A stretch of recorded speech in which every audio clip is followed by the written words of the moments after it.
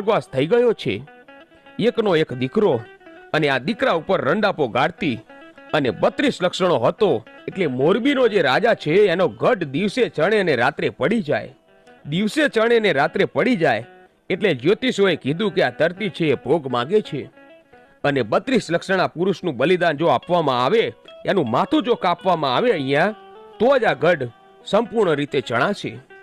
અને એટલા માટે લોકોએ શોધતા શોધતા અહીંયા આવ્યા અને અમને ખબર પડી કે મારો દીકરો 32 લક્ષણો છે એટલે પરાણે ઢસેડીને અહીંથી લઈ ગયા છે અને દીકરા વગરની થઈ ગઈ છું બાપ। એટલા માટે મારી આંખોમાંથી આંસુડાની ધારો થાય છે। અને એ વખતે પુનિયા મામાએ કહ્યું કે બેન ક્યારે લઈ ગયા છે?